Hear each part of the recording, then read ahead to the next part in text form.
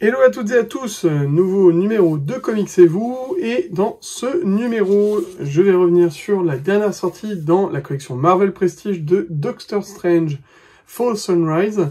Ça va être aussi un moyen de faire un point sur ce format et le format Marvel Prestige chez Panini, de voir avec un peu de recul ce qu'il renferme, s'il a un potentiel et s'il vaut vraiment le coup par rapport au prix, par rapport aux histoires qui ont été sorties dans ce label.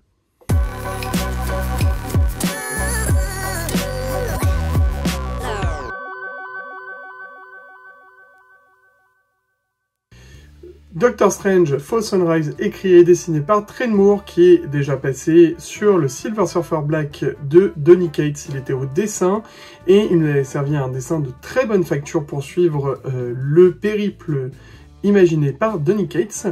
Et donc là, on le retrouve au scénario et au dessin. Donc son dessin toujours aussi psychédélique, vraiment déstructuré, avec notamment pas mal de lignes fines. Toujours un style vraiment spécial que j'ai envie de vous montrer pour que vous appréciez au mieux le dessin. Alors cette splash page là, je l'aime beaucoup, elle est vraiment sublime. Donc voilà, un dessin très particulier et une histoire aussi très particulière qui envoie le Docteur Strange dans des contrées très lointaines avec un devenir cosmique, limite poétique, onirique. Tout ce qu'on attend finalement autour d'un Doctor Strange, donc en tout cas au niveau de l'ambiance, ce numéro est réussi. Au niveau du dessin, c'est le cas aussi, puisque ce dessin tellement à part nous emmène là aussi dans des contrées totalement à part. Voilà, je vais vous remontrer un autre pour vous donner une idée. Voilà, ça c'est aussi du très bon de Train Moore.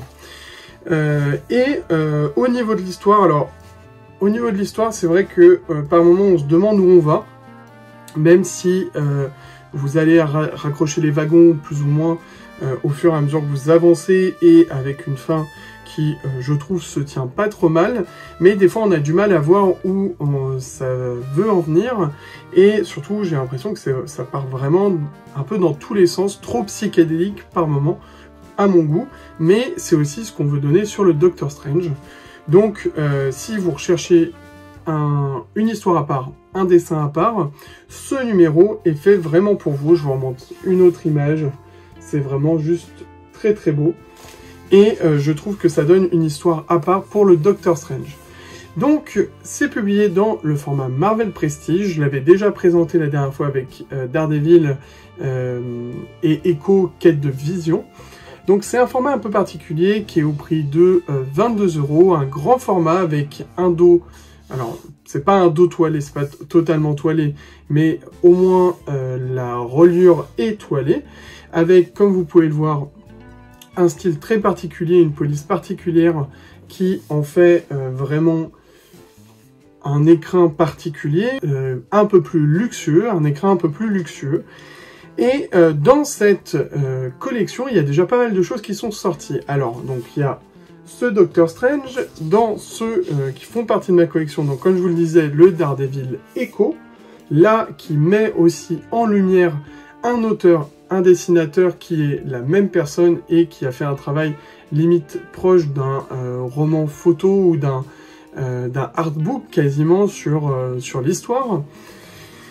Et on va retrouver également Fantastic Four, l'histoire d'une vie, que j'ai trouvé un cran en dessous de Spider-Man, l'histoire d'une vie, qui est pour moi vraiment un must-have sur l'histoire de Spider-Man, et qui a été magnifiquement réalisé par Chip Zdarsky et dessiné par Mark Bagley, le fameux Mark Bagley qui a officié sur Ultimate Spider-Man, donc là c'est du très lourd. Et pour ce genre d'histoire, je trouvais que ça se justifiait. On peut également noter Thor et Loki ou Amazing Fantasy de Care Andrews. Donc le placement de cette collection est surtout fait pour des histoires, soit des one-shots, soit des mini-séries, qui ont une particularité, soit par exemple dans les derniers qui sont sortis, d'être écrits, dessinés par la même personne, et d'être une histoire hors continuité, et avec quelque chose de particulier, soit dans le dessin, soit dans l'histoire, soit dans les deux. Dans les autres, on retrouve aussi des numéros plus inédits, comme l'histoire d'une vie, et surtout de proposer un écrin un peu plus prestige, comme son nom l'indique, un peu plus luxueux d'une histoire, notamment c'est le cas pour les Fantastic Four ou pour Spider-Man. Donc, est-ce que cette série-là et cette collection-là a un véritable avantage?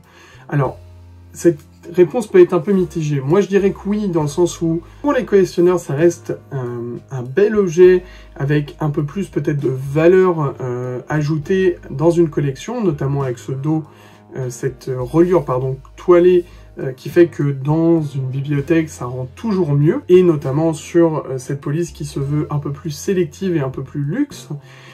En revanche, c'est vrai que par rapport aux histoires, elles n'ont pas toutes forcément leur place. Alors le Fantastic Four par exemple, le Thor et Loki est certes très beau, très bien dessiné par Esad Ribic, mais par exemple pourquoi ce numéro-là sur Thor et pas un autre? Donc voilà, ça c'est assez mitigé sur le choix des histoires. En revanche, je trouve que cet écrin vraiment en plus grand format, on rend plus hommage au dessin, et c'est en ça peut-être que cette collection va se démarquer des autres, puisque on a vu par exemple, là, je vais reprendre Spider-Man, l'histoire d'une vie, et on va reprendre à l'intérieur, on va voir que c'est un papier mat. Moi j'aime beaucoup le papier mat, puisqu'il permet d'apprécier, je trouve, au mieux le dessin, et j'ai l'impression de moins laisser aussi des traces de doigts quand je tourne les feuilles.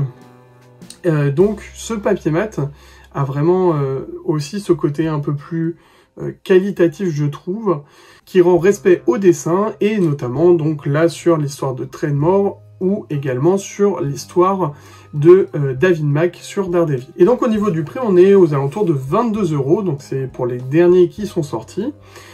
C'est un cran plus cher par rapport à ce qui est habituellement fait, notamment pour ces histoires qui sortent plutôt dans la collection 100% Marvel. Mais ce prix se justifie puisque c'est un plus grand format, le papier est plus qualitatif, la reliure également, ce qui fait que la différence de prix, vous la payez dans quelque chose de plus qualitatif. Alors, est-ce que par la suite, cette collection va prendre de l'ampleur chez Panini Comics? Ça, c'est toute la question. J'espère qu'ils vont suivre encore cette ligne éditoriale, puisque pour ma part, j'aime beaucoup cette collection, et je trouve que, par exemple, pour faire des cadeaux, pour avoir un petit objet un plus qualitatif, un comics plus qualitatif à lire, pour soi et pour la collection, ça rentre vraiment dans ces critères-là. Et par la suite, ce qui est annoncé, c'est Avengers l'ère d'Ultron, si je me trompe pas, qui devrait sortir prochainement, dans un grand format là aussi. Donc à voir si sur le long terme, cette collection va se poursuivre. En tout cas, moi je donne un avis plutôt positif à ce qu'a fait Panini sur ces grands formats, avec des histoires qui finalement se tiennent, que ça soit pour le Thor, que ça soit pour le Daredevil, ou même plus anciennement Spider-Man, l'histoire d'une vie. Si on nous propose des comics soit inédits dans leur histoire, comme c'est le cas pour le Doctor Strange, soit avec vraiment une plus-value en termes de dessin, d'histoire vraiment très particulière, et bien là, cette collection Prestige portera tout son nom. Et voilà, c'est déjà la fin de cette vidéo, une vidéo un peu courte, mais qui fait une review très rapide du format Prestige. Donc j'espère qu'elle vous aura plu. D'ailleurs, dites-moi dans les commentaires si vous avez aimé ce format-là. N'hésitez pas à liker et à partager le petit pouce bleu si ça vous a plu. J'espère qu'en tout cas ça vous plaira. J'avance sur les autres projets, ça arrive bientôt. J'ai pas beaucoup de temps en ce moment, mais on essaye de faire au mieux. Et ben voilà, et je vous dis à très vite du coup. Allez, salut, portez-vous bien. Viens voir